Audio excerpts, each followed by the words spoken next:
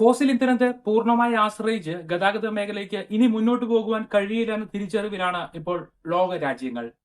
മറ്റ് പലതും കണ്ടെത്തുകയും ഉപയോഗിക്കുകയും ചെയ്യുവാൻ ഓരോ രാജ്യങ്ങളും ആരംഭിച്ചിരിക്കുകയാണ്. ഫോസിൽ ഇന്ധനത്തിന് ബദൽ മാർഗം കണ്ടുപിടിക്കുന്നതിൽ സുപ്രധാനമായ ചുവടുമായി മുന്നേറുകയാണ് ഇന്തോനേഷ്യ എന്ന രാജ്യവും. പാം ഓയിൽ അധിഷ്ഠിത ബയോഡീസലാണ് ഇന്തോനേഷ്യയുടെ സംഭാവന. എണ്ണപ്പനകളിൽ നിന്ന് ശേഖരിക്കുന്ന എണ്ണക്കുരു പ്രത്യേക പ്രക്രിയകളിലൂടെ കടത്തിവിട്ടാണ് റിഫൈൻഡ് പാം ഓയിൽ ഭക്ഷ്യ എണ്ണയായിട്ട് വിപണിയിലേക്ക് എത്തിക്കുന്നത്.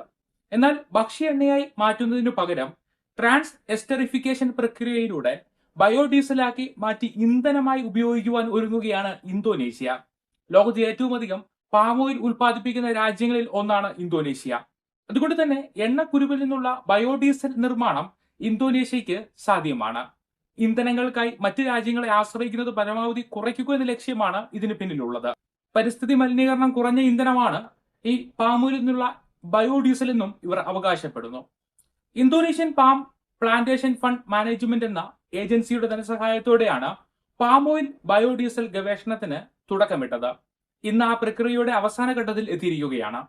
ബയോഡീസലായി ഇത് മാറ്റിയെടുക്കുന്നത് കൃത്യമായ രാസപ്രക്രിയയിലൂടെയാണ്. എണ്ണക്കുരു ആട്ടിയെടുക്കുമ്പോൾ കിട്ടുന്ന അസംസ്കൃത പാം ഓയിലിൽ നിന്ന് സസ്യക്കൊഴുപ്പുകളെ മീഥൈൽ എസ്റ്ററുകളായി മാറ്റുന്നു. ഈ എസ്റ്ററുകളെ കുറിച്ച് പറയുമ്പോൾ ഇവ കത്താൻ സഹായിക്കുന്നവയാണ്. ഈ ഉൽപാദന രീതിയാണ് ട്രാൻസ് എസ്റ്ററിഫിക്കേഷൻ എന്ന് പറയുന്നത്. ഒരു കാറ്റലിസ്റ്റിന്റെ സഹായത്തോടെ മെഥനോളുമായി ഈ പാം ഓയിലിനെ റിയാക്ഷനിൽ ഏർപ്പെടുത്തുന്നു. അതിലൂടെ ബയോഡീസലും ഗ്ലിസറോളും വേർതിരിച്ചെടുക്കുന്നു. ബയോഡീസലിനെ കൂടുതൽ ശുദ്ധീകരിക്കുവാനായി മറ്റു ചില രാസപ്രവർത്തനങ്ങൾ കൂടി നടത്തുന്നുണ്ട്. കഴിഞ്ഞ മാസം മുതൽ പാം ഓയിലിൽ നിന്നുള്ള ബയോഡീസൽ വാഹനത്തിൽ ഉപയോഗിച്ചുള്ള പരീക്ഷണങ്ങൾ നടക്കുന്നുണ്ട്. ജൂലൈയോടെ വ്യാപകമായി വാഹനങ്ങളിൽ ഉപയോഗിക്കുവാൻ അനുമതി നൽകിയേക്കുമെന്നാണ് റിപ്പോർട്ടുകൾ. പാം ഓയിൽ ബയോഡീസലിനെ സാധാരണ ഡീസലുമായി കലർത്തി ഉപയോഗിക്കുവാനാണ് അനുമതി നൽകുന്നത്.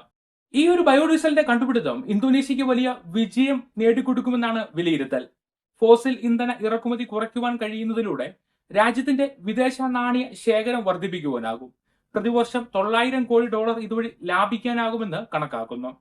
പാം ഓയിലിൽ നിന്നുള്ള ബയോഡീസൽ നിർമ്മാണം ആഗോളതലത്തിൽ തന്നെ ചർച്ചയാകുന്നുണ്ട്. അതിനാൽ ഈ ഒരു ബയോഡീസൽ നിർമ്മാണത്തിലേക്ക് മറ്റു പല രാജ്യങ്ങളും ചുവടുവയ്ക്കുവാനുള്ള സാധ്യതയുണ്ട്. ലോകത്ത് തന്നെ ഏറ്റവും വലിയ എണ്ണപ്പന കാർഷിക വൃത്തിയുള്ള രാജ്യമെന്ന നിലയിൽ എണ്ണക്കുരു കയറ്റുമതി മികച്ച വിലയിൽ നടത്തുവാനും അതുവഴി വരുമാനം ഉണ്ടാക്കുവാനും ഇന്തോനേഷ്യക്ക് ഇനി കഴിയും.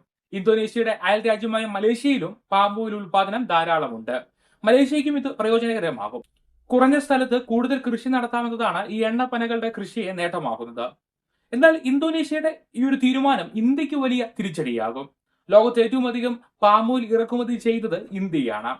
ഇന്തോനേഷ്യ പാം ഓയിൽ കയറ്റുമതി കുറയ്ക്കുകയോ വേണ്ടെന്ന് വെക്കുകയോ ചെയ്താൽ ഇന്ത്യക്ക് മറ്റു രാജ്യങ്ങളെ ആശ്രയിക്കേണ്ടി വരും. ഇന്ത്യയിൽ പാം ഓയിൽ ഭക്ഷ്യ എണ്ണ എന്ന നിലയിൽ മാത്രമല്ല സോപ്പ് നിർമ്മാണത്തിനും രാസവസ്തുക്കളുടെ നിർമ്മാണത്തിനും ഉപയോഗിക്കുന്നുണ്ട്. ഇന്തോനേഷ്യ അതിന്റെ കയറ്റുമതി അവസാനിപ്പിച്ചാൽ പാം ഓയിലിനും പാം ഓയിൽ അധിഷ്ഠിത ഉൽപ്പന്നങ്ങൾക്കും ഇന്ത്യയിൽ വില കൂടും. സൂര്യകാന്തി എണ്ണ, സോയാബീൻ എണ്ണ എന്നിവ ഈ കാര്യങ്ങൾ ഉപയോഗിക്കാമെങ്കിലും പാം ഓയിലിന് വിലക്കുറവുള്ളതുകൊണ്ടാണ് ഈ വസ്തുക്കളുടെ ഉൽപാദനത്തിന് പാം ഓയിൽ തന്നെ ഉപയോഗിക്കുന്നത്. ഏതായാലും പാം ഓയിലിൽ നിന്നുള്ള ബയോഡീസൽ നിർമ്മാണം പുതിയതല്ല. ഇന്ത്യയിലും ആർട്ടിഫിഷ്യലായി ഇന്ധനം നിർമ്മിച്ച് പെട്രോളിലും ഡീസലിലും ചെറിയ അളവിൽ കലർത്തിയാണ് വിപണിയിൽ എത്തിക്കുന്നത്. ഇന്തോനേഷ്യക്ക് ധാരാളമായി ഉള്ളത് എണ്ണപ്പന ആയതുകൊണ്ട് തന്നെ അതിൽ നിന്ന് ബയോഡീസൽ കണ്ടെത്തി അവ ഡീസലിലും കലർത്തി ഉപയോഗിക്കുന്നത് രാജ്യത്തിന് വളരെയധികം നേട്ടകരമാകും. അതുകൊണ്ട് തന്നെയാണ് ഇത്തരം ഒരു തീരുമാനത്തിലേക്ക് ഇന്തോനേഷ്യ എത്തിച്ചേർന്നിരിക്കുന്നതും.